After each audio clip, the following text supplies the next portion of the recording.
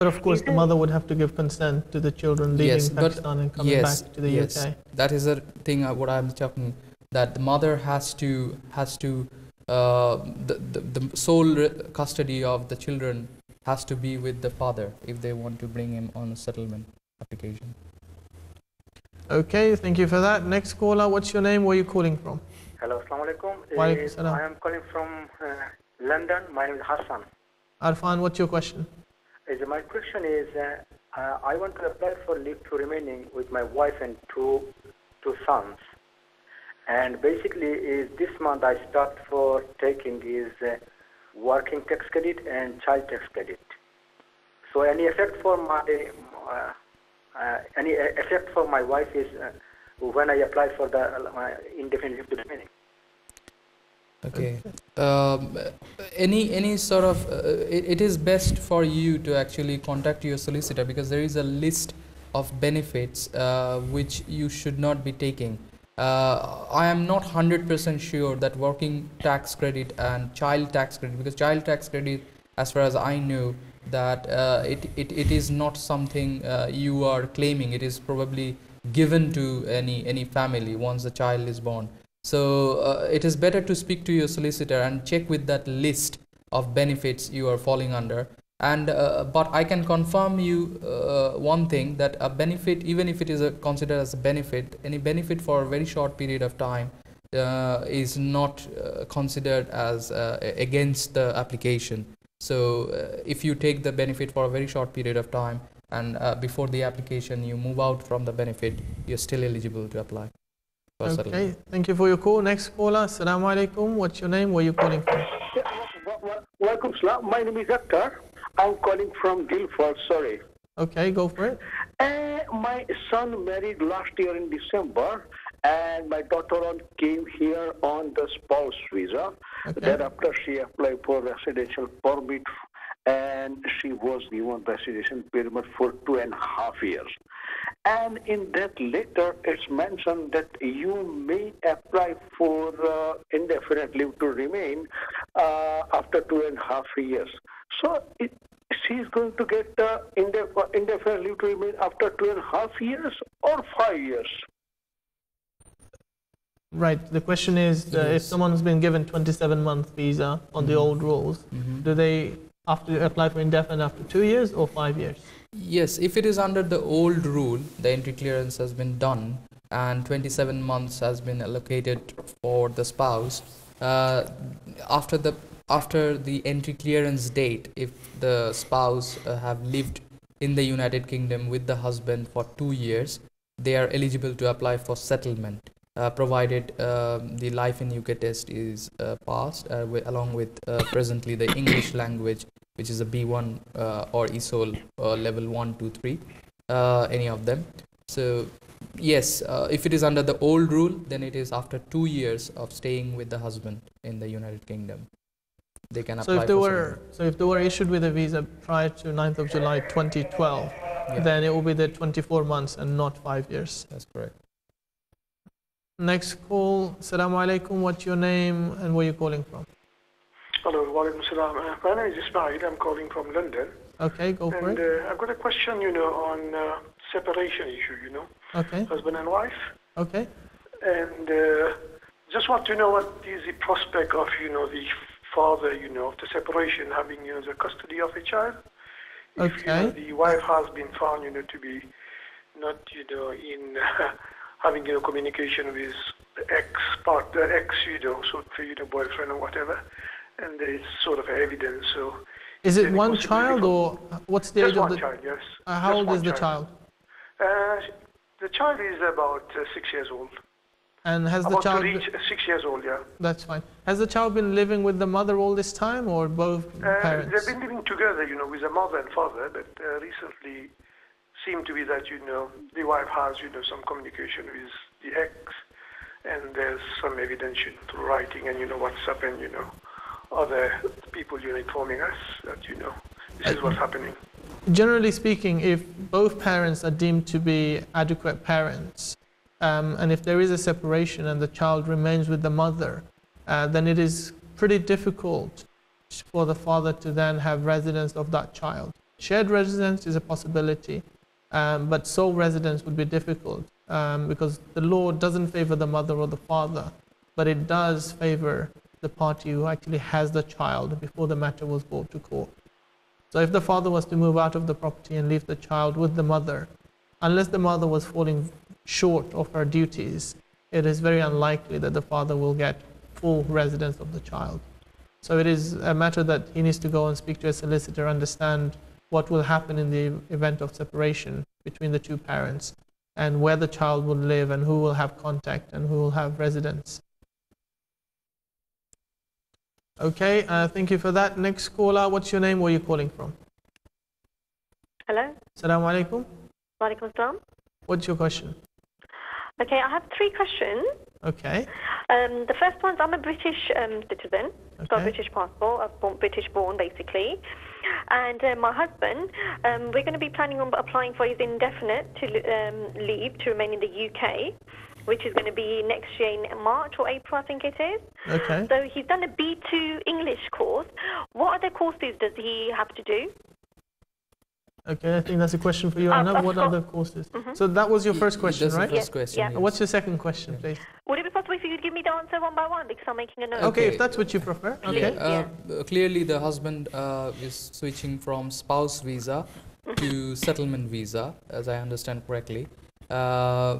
Then the choice for him is to do a life in UK test in the United Kingdom, and obviously he needs to do that along with B1 level of English.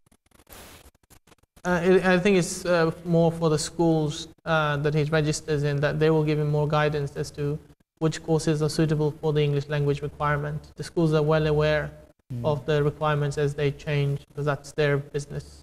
But okay, so you wouldn't be able to tell me exactly what course he would need to do, because he's already done a B2 when he applied for the spouse visa. It is life in UK test. Life in the UK is the main one. Any other additional course that he has to do? No. No, so Life just in life UK in the test. UK If he then, has yeah? got B1, at least B1 or above B1 level of English from an approved test provider, Okay. then obviously it is okay, and he Thank just need to do a life in UK test. You can type in Google to the nearest area or in your postcode.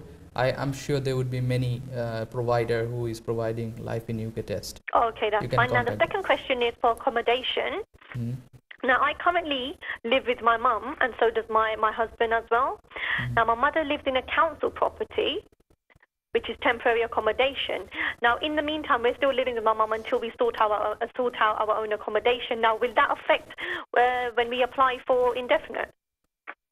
I would like to know that when your husband got the spouse visa, because here the question is, if he has got the spouse visa after 9th of July 2012, then a new rule of £18,600 financial requirement would be applicable to you, and that if you meet that £18,600 gross as a family income, then there is no need of showing any separate accommodation to the Home Office. If you are okay, not, so basically both of our, is it both of our income needs to be 18,000?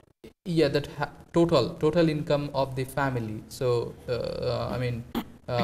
if your income is suppose 9,000 and your husband's income is 9,600, that makes to a total of 18,600. So But again, I'm income. telling, this is coming after 9th of July 2012. But if his spouse visa is issued before that date, then he just need to provide that he is not a burden to the state.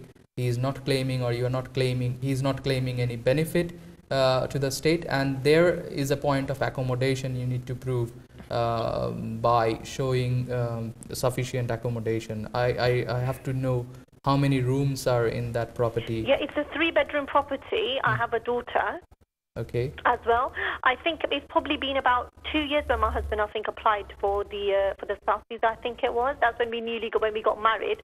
That's when we submitted the spouse application. And my daughter's 1 year old now. Yeah, I think it's about 2 years since we've been married. So you're saying it has been issued in 2011? I'm not 100%. I need to check the exact dates. I'm guessing. Yes. I think it was. I think you check your visa and speak to your solicitor and he would be guiding you the correct rule which is applicable to your case. Okay, And, now the third question, final question, is that I have been, ever since I had my daughter, who's 1 year old now, it newly come to me that I'm eligible to apply for working tax and child tax credit, because both when I actually applied for the application for the working tax credit, they did advise me over the phone. They asked me whether, whether my husband's got, whether he's, I basically explained to them that my husband is on a spouse visa. He's not entitled to any benefits. They said to me, that's fine because I am entitled to the benefit. Yep. Okay. Obviously, I started applying for working tax credit because of my income. Okay. Now, I only work, I think it's 25 hours per week, and my husband's only doing just 1 day a week, which is about 8 hours. So my husband is not eligible anyway to be applying for that. Now, will this affect my indefinite? Because I was told it shouldn't, because I'm British born and I'm entitled to claiming benefits. Yes, you mean his indefinite leave to remain would be affected? His indefinite, yeah. Will it affect that? It should not be, because first of all, your benefit is your benefit, and that is not some way affect your husband. The principle under the rule prior 9th of July 2012 was whether your husband is bringing some more claim to the state or not. If that is not, then obviously it should not be a problem. But also, I would like to tell you that you should check with your solicitor whether this child tax credit falling under the benefit list or not. If it is not falling under the benefit list, then you do not need to be worried about, because I understand in this country child tax credit is given even if you do not ask for it after the child born. And third thing is, if you come with any sort of benefit, or your husband comes to any sort of claim any sort of benefits for a very short period of time, then that particular benefit claim can be disregarded at the time of settlement application. So at the time of application, if he is not under any sort of benefit, a prior claim of benefit would be disregarded. Hope this answers the questions. Okay, thank you very much. That's all we have time for in terms of taking questions. Our email would be on screen, so please, if you still have questions, you can write to us. It's justlaw@iqra.tv. It has come up on the screen. Unfortunately, that's all we have time for to take calls. Before we finish, I'd like to thank Mr. Arnab Singh, who is an immigration consultant. And of course, if you do email, I can forward emails to him. And Clive Francis, criminal practice. He's been working in that for 7 years. So again, if you have criminal questions that you didn't want to come on air and discuss, you can email on that email address, and we'll try our best to get back to you on that. I'd like to thank everybody for watching the show today. Please do remember we take calls in 4 languages, and we're live on Monday 6 till 7 p.m. So if you do have any questions, tell your friends and family to tune in and watch us. So until next time, Assalamu alaikum wa rahmatullahi wa barakatuh. Enjoy the week. I'll see you next Monday.